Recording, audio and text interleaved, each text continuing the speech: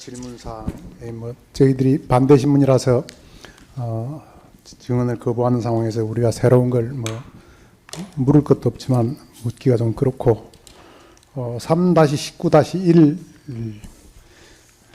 질문과 관련해서 질문을 드리겠습니다. 피고인이 작성한 메모 제일 하단에 국방 책임 필요라고 기재되어 있다는 겁니다. 그래서 이거를 이거는 신속히 김용현 당시 국방부 장관에 대한 신속한 신병 확보를 하라는 지시였다라는 취지로 이제 이야기를 하고 있습니다. 국방장관이 책임 없는 사람을 지금 그 당정대에서 책임을 만들어서 검찰에다가 구속을 지시했다라고 지금 생각을 하는 것 같습니다. 검찰에서 김용현 국방장관을 구속할 때 책임이 없는 사람을 구속했습니까? 증언을 거부하겠습니다.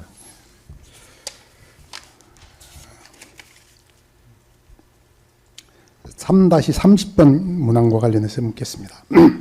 피고인은 2024년 12월 6일 법제사법위원회에 출석해서 검찰 특수본의 존재에 대해 처음 들었다고 주장을 했습니다. 이에 박은정 의원이 지금 대검찰청에서 특별수사본부를 구성했다고 하는데요. 장관님 이 자리에서 처음 들으셨다고 하는데 알고 계시죠? 서울 동부지검에 구성됐습니다라고 질문을 했다는 거예요. 그때 장관이 제가 밖에 있어서 어떻게 구성됐는지 자세하게 잘 모릅니다라고 답변을 한 부분과 관련해서 특검에서는 피고인이 특별수사본부 구성을 몰랐던 것이 맞는가요? 라고 질문을 했는데 대검에서는 보고를 안 하셨죠?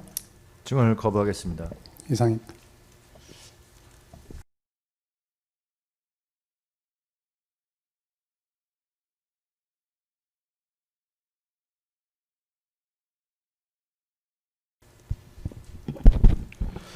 증인 제가 몇 가지 좀 여쭤보고 싶은데요.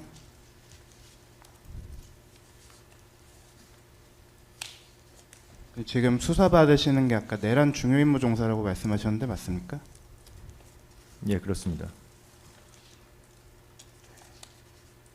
그거에 대해서는 여쭤보지 않을 거고 2024년 5월경에 검찰총장이셨네요?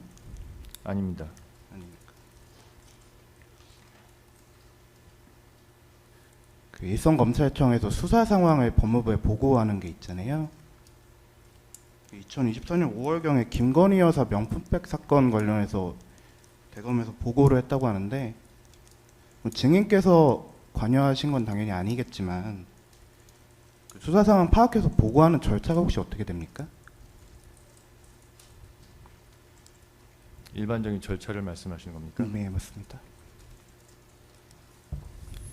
일반적인 절차는 일선 검찰청에서 중요한 사안에 대해서는 정보 보고나 아니면 보고서 등 그런 양식을 통해서 상급 검찰청에 보고를 합니다. 상급 검찰청이라는 게 대검을 말씀하시는 건가요? 정보보 같은 경우에는 고검과 대검을 같이 하는 경우도 있고 또 대검에도 하는 경우도 있고 그때그때 사안마다 차이가 있습니다. 검찰총장의 결재를 받아서 법무부로 보고합니까? 결재 절차는 따로 없습니다. 그럼 실무자가 알아서 법무부에 보고하는 건가요?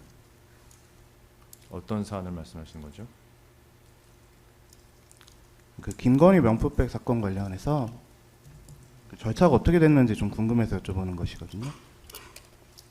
선생님 죄송한데 그때는 제가 대검에 있지 않았기 때문에 말씀드리기 어렵습니다. 예, 그건 알고 있는데 일반적인 절차가 대검이 뭐 형사과장이 보고를 하는지 결재 절차가 검찰총장까지 가는지 여쭤보는 것입니다. 중요 사안은 당연히 총장한테 다 보고를 합니다.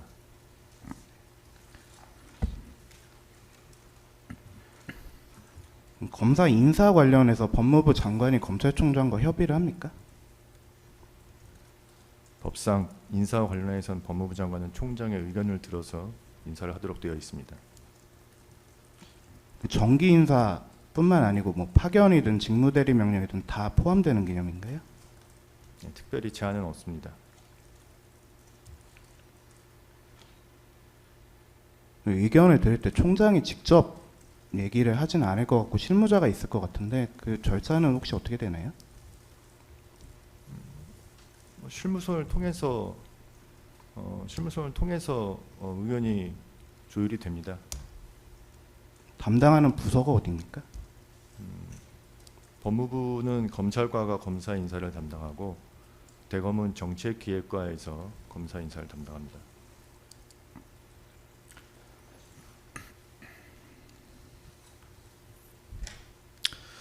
네, 일반적인 절차에 대해서 물어보겠습니다.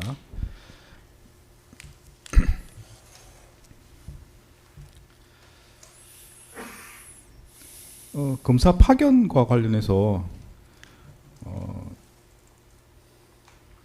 뭐 법무부 쪽에 파견 요청이 들어오면 뭐 법무부에서 보통 계획을 당연히 세울 거고 그 맞춰서 여러 가지 이제 밑에 뭐 검찰청에 뭐 이렇게 협의를 하거나 뭐 전달할 수가 있을 것 같은데 그럼 파견에 대해서 이렇게 사전에 미리 협의를 해서 법무부에서 검찰청과 대검과 관련해서 협의를 해서 이렇게 진행을 하는 겁니까? 아니면 법무부에서 어떤 기본적인 라인을 정한 다음에 통제해주는 식으로 이렇게 절차가 진행된 겁니까? 파견 사안이 좀 상당히 다양하기 때문에 제가 재판장님께 뭐 일률적으로 이렇다고 뭐 말씀드리기는 좀 어려울 것 같습니다. 뭐 외부 기관 파견에 대해서 법무부에서 먼저 필요성을 인정을 해서 진행을 하는 경우도 있고 여러 가지 사안이 있습니다. 그래서 일률적으로 말씀드리기 좀 어렵습니다.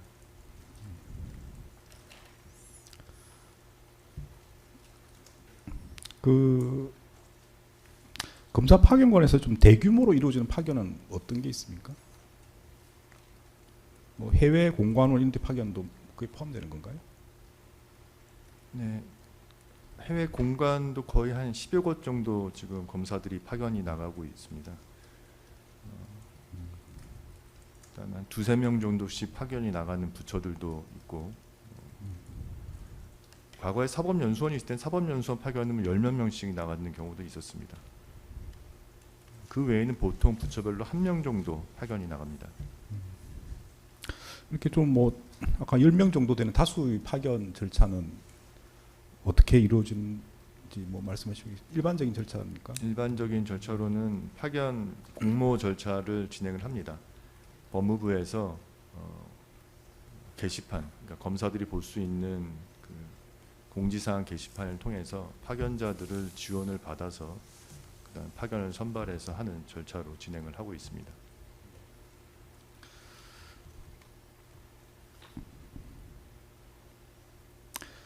네, 이 부분은 뭐 정 거부를 하셔도 되는데 일단 뭐 질문을 하겠습니다.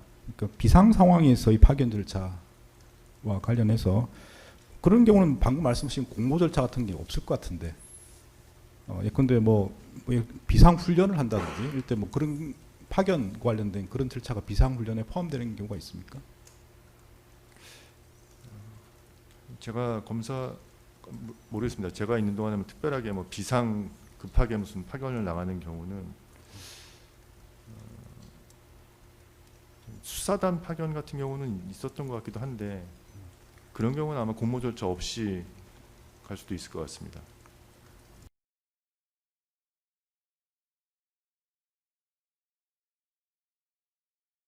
뭐 더 물어보실 게 있으신가요? 예, 특검은 없습니다. 네. 변호인께서는 뭐 물으실 거 없으시죠? 네. 예. 그 정인신문자는 또 마찬가지로 헌법과 법률에 따라서 이루어집니다. 그래서 정은 거부 사유가 해당되면은 뭐 당연히 정은 거부를 인정하는 것이고 당시 또 정인은 검찰총장이 지휘했었기 때문에 여러 가지 총괄이나 관리하는 지휘했을 걸 보여서 그 부분을 넓게 정은 거부를 인정했습니다. 정인신문자 마치겠습니다. 돌아가시면 되겠습니다.